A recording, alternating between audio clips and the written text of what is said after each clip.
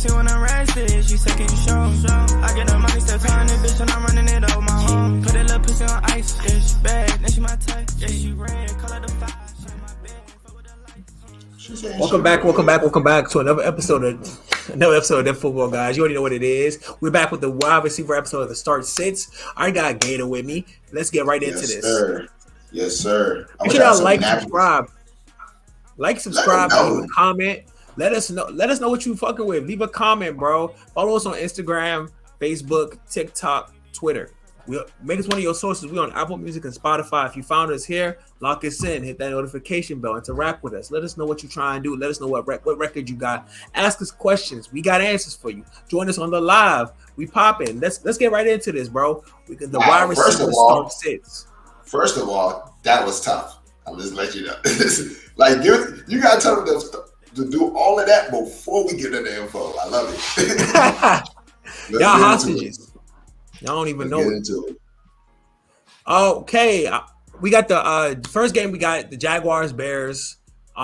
We got Christian Kirk, Brian Thomas Jr., who's just been elevated to an official start. He's always had the skill set, so it's good to see him actually. Trevor Lawrence actually use him for once. Goddamn. Keenan Allen and DJ Moore. I'm on the fence on Keenan Allen, but I love DJ Moore. The Jaguars have kind of opened up that. The Jaguars have the number one points allowed for opposing wide receivers. Yeah, I could be making it up, but I don't think I am. So yeah, I like this. I like this right here. I like all of this. Christian Kirk is a funny one only because of how that's been going, but I like it though. Yeah. Gabe Dave and Rome Odunze definitely still sits. Odunze is more just because of the pecking order in which he is being targeted and actually running routes and stuff like that. Gabe Davis is just Gabe Davis. So that'll be it for that game. Same thing as always. We got Commanders at Ravens. There's only two starts here. We have Zay Flowers, which is the number one for the Baltimore Ravens, and Terry McLaurin, the number one for the Commanders. Pretty self-explanatory stuff. As far as sits goes, we have Rashad Bateman, Luke McCaffrey, Diami Brown, and Noah Brown. Now, one of these guys is going to do good. It's like a disclaimer. Like one of them are going to do good. Best of luck choosing which one is going to do good. Yeah, I don't think it should be Noah Brown. I think Diami Brown is worked his way up as being having a place in the offense, but not a concrete place. Luke McCaffrey is probably the most consistent of the non-Terry McLaurin wide receivers on this offense. But he doesn't produce enough to be fantasy relevant. Rashad Bateman has a very good opportunity if the game is actually a passing game to be fantasy relevant. But it has the opportunity to just also not. Really, all these guys have a very good opportunity to give you 0. So that's why we have them as a sit. As easily as they can get you 8, they can get you 0. So yeah. I would not fuck around with that at all. The next game we got the Texans at Patriots.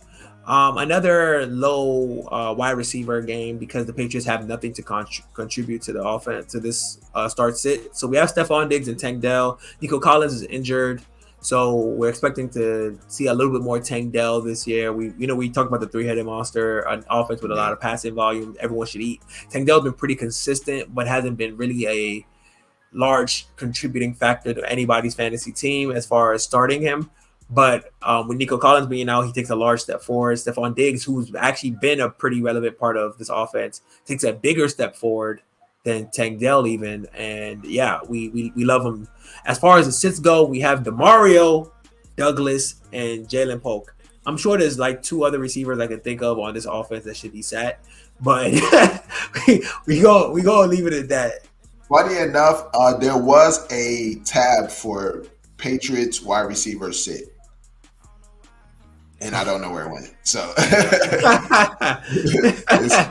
but yeah, I would be very watch Polk though. I think Polk is somebody that they say has good chemistry with May. Let's just don't start it, but watch it. Mm-hmm. It's true. I've heard that, and I'm not gonna gamble on that, but I've heard it. Yes. The next game we got Browns at the Eagles. AJ Brown is back, allegedly. If he's back and not on a pitch count, we got to start AJ Brown, especially against this Browns offense that's been giving it up all over the place. They've been giving up. I think the Browns have the second highest points allowed for opposing wide receivers. I could also be making that up, but but I don't think I am. It feels like it. It feels like it, but I do actually think that's true. So do note that Devontae Smith, who's also questionable, if he plays, you start him. You nothing too much to discuss there.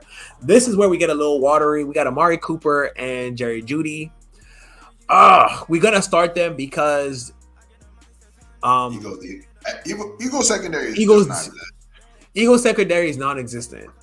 But if the Eagles front does what the Commanders front did to Deshaun Watson, it doesn't even matter because the Commanders secondary was also non-existent, but they had Deshaun Watson looking like Deshaun Watson had them looking like all pros. It's all going to depend on that trench work. Yeah. So if the trench work, if the line can be halted just a little bit, these two have a good game automatically because of that secondary. If it cannot, because they're fresh off a bye, I wouldn't start either Amari Cooper or Jerry Jeudy. Amari Cooper, you kind of want to, but I wouldn't start either. Yeah. So you can the only sit we have for this game is Jahan Dotson, who is still not found a place in this offense. But because Jahan Dotson's here, I'm going to say Elijah Moore is here. I think he's still on this offense.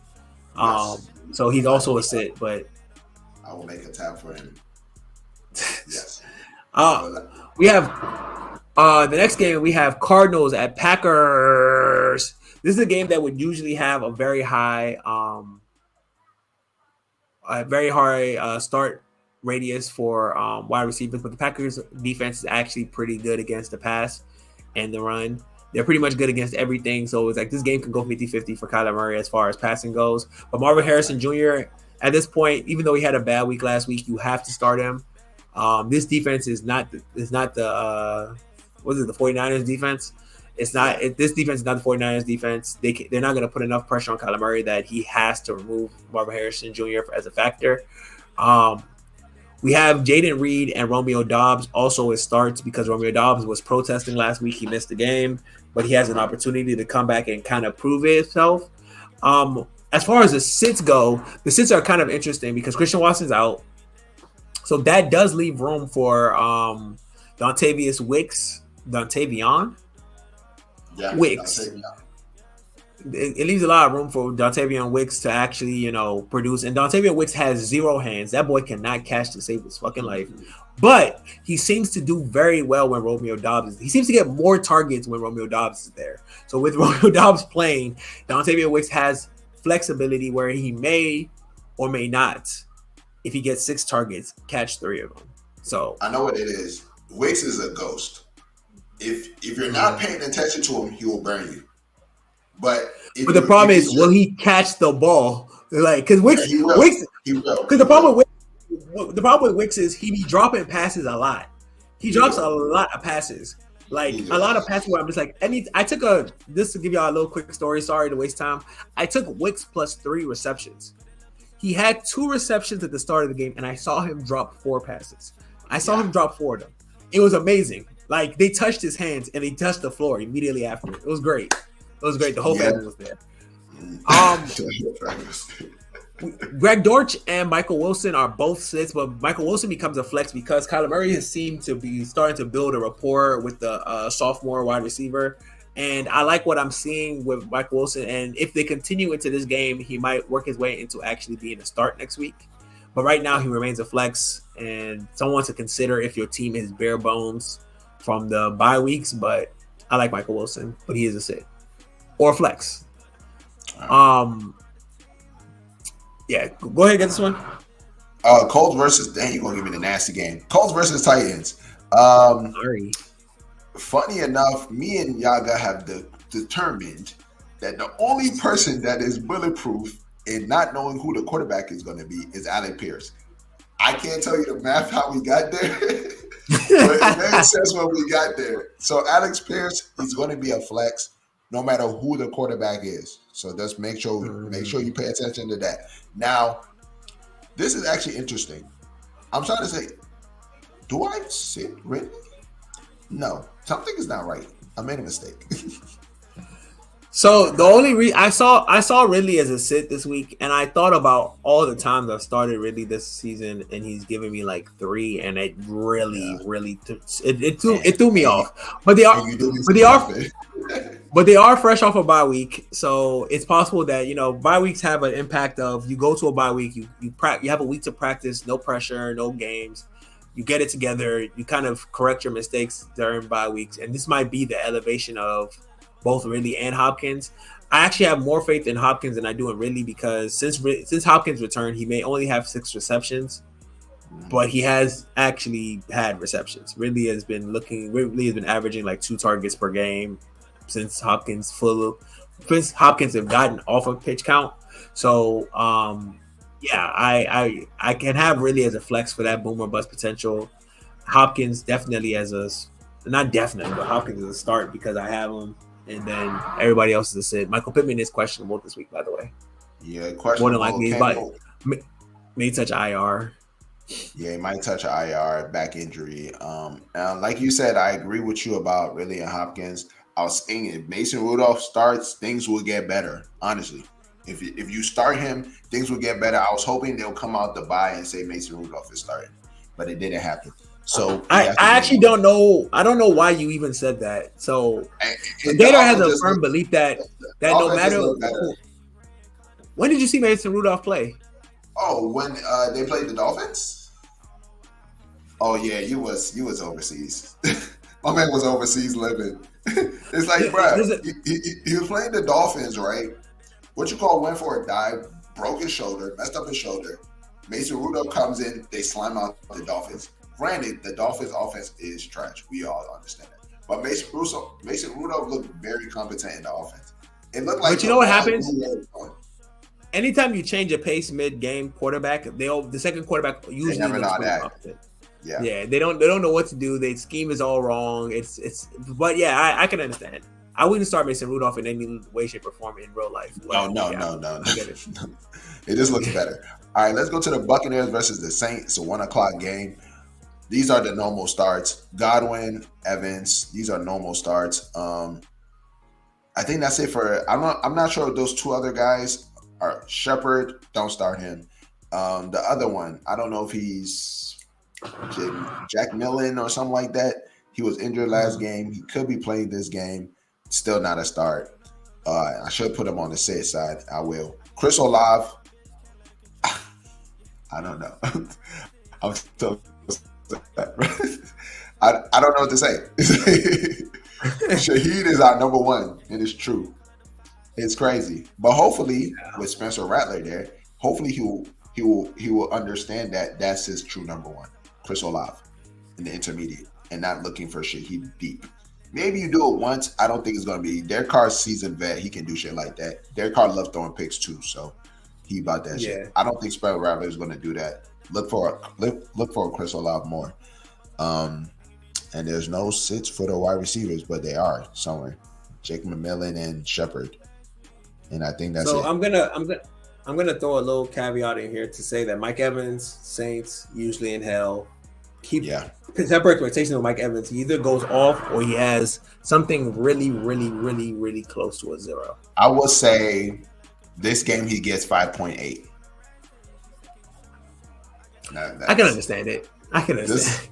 5.8. I was going to say 3.9, but I said, nah, that's sick. Simply because of history. And if you look at history, you'll probably see Mike Evans' points last year and think, well, he didn't do that bad. He had 1 big touchdown, but the rest of it, I think he only had 1 actual good reception the last time they played, but the rest of the game is woeful. But that's all it takes. Fantasy is not about real life. It's about just the numbers. Yeah, Steelers versus the Raiders. We have the 4:05 game. Jacoby Mayer, is a flex. Trey Tucker is a flex. So my thing, George Pickens also a flex if he's not in trouble. I don't know what's going on over there. They say he's late to things. They want him to be more efficient, so they're giving him lower snaps. I don't know what's going on there. But if you have George Pickens, you're probably going to start him. Devontae Adams is already ruled out for this game. Calvin Austin is not it. Van Jefferson is also not it. So don't play with those people. I think if we're going to talk about any other player, Jacoby Myers and Trey Tucker, just because the Steelers defense, they're really good in the front, but like their secondary, it could be had. So Dak threw for like over 300 yards on them. So I'm just saying these are Dak threw for over 300 yards and only at max 2 touchdowns. Yes, 2 touchdowns. So no matter how we look at it, it's kind of like they can be had, but they don't break. They do bend, but they do not break. Like I do agree. And then you see the quarterbacks. We already told you guys about the quarterbacks. It's tough sledding over there if that's a situation that you're in. I have Chargers versus the Broncos, another 405 game. This one was very interesting. I actually don't like none of the receivers. I actually hate all the receivers in this matchup. I have to put Quentin Johnson as a start because I don't know who else could be possibly targeted. But now limit your expectations severely, honestly, because he could be in hell. Surtain could be chasing him around. Ladd, I put him as a flex. I'm not a big fan of this offense. I wish I didn't even open this game. I wish you did because I don't honestly. I just don't know how to feel about this game at all. Yeah. That's it. Yeah. Reynolds, Sutton, Sid, Josh Palmer. I don't even know if he's still on the team. It's like, no, he's on the team, but like, I hate him. I hate him for doing what he did to me. Falcons versus the Panthers, 425 game. Of course, Drake London, Darnell Mooney. I wish I bought you for a third, but I didn't, and I fucked up. And it's all good. Darnell Mooney's been doing great. Drake London has been doing really good. Deontay Johnson, that's Andy Dalton's baby. You know, I've seen them talking on the sideline. He really likes Deontay Johnson. So for our sits, we have Leggett. He's questionable. Jonathan Mingo is not questionable, but you should never start him. And Ray McLeod. I don't think Ray McLeod. I own Ray. I'm a big fan of Ray. This matchup is against the Panthers. I'm expecting them to keep the ball. They're not going to need to throw that much. They're not going to need to throw as much. So Ray is not going to be needed like that. You can go ahead and do the next game. My mouth parched. We got the Lions at Cowboys. Gators possible game of the week.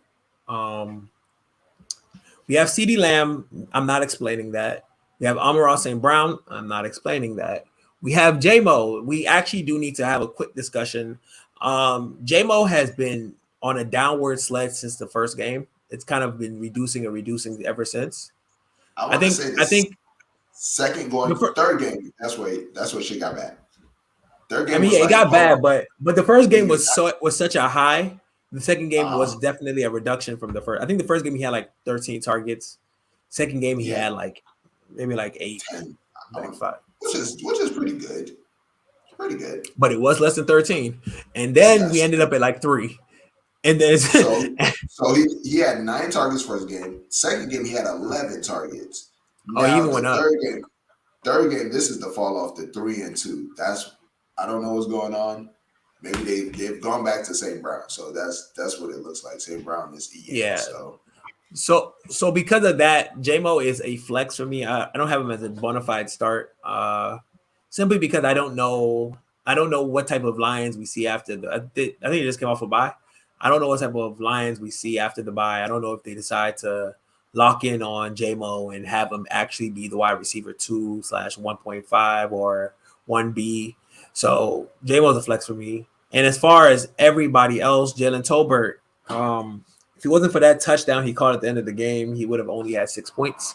So that is something to note. Dak was not spreading the ball as much as we hoped, but he was, in fact, well involved in the offense. But as long as Ferguson breathes, Jalen Tolbert is only absorbing but so many receptions. But he is a good flex if you're in dire need of somebody to start. So Dyer's, I get it. Dyer, yes, correct. It's like what it is there's so many other players that I'd rather start in a must start. I'd rather start Wandale. I'd rather start Slayton. I'd rather start. There's a lot of wide receivers that I'd rather, if I had to in a pinch, start. So if it's like I need to start somebody this week, Dan Tolbert is a good start. So I got a question: Tolbert or Mike Evans more points this week? Oh shit, that's that's like a trick question. Oh man. I'm gonna have to say Tolbert, bro. I'm thinking Tolbert too. I'm thinking Tolbert. Like Tolbert probably ends the game with maybe 7, maybe 8. If we talk about Mike Evans 5.8, if Mike Evans does not get an accidental large, like a big tub, then yeah, I'm looking at Tolbert like, yeah, you gonna give me that 8 at least. Pause. At least. That's crazy. That's crazy. That's crazy. Hey, yo. Yo. Yeah, that's crazy. All right, let's keep on going. We got Bengals versus the Giants, Sunday Night Football. Of course, you're starting Chase. Of course, you're starting T. Higgins. Malik Neighbor is probably going to be back. We all missed him last week. Welcome back. Wan'Dale Robinson, the blanket of Daniel Jones. Yeah, Wan'Dale Robinson, let me just throw this out there. Wan'Dale Robinson is probably the only player I've held. Wan'Dale Robinson and Darnell Mooney is probably the only players I've held for 2 years unproductively. Yeah, like that says a lot. Yeah.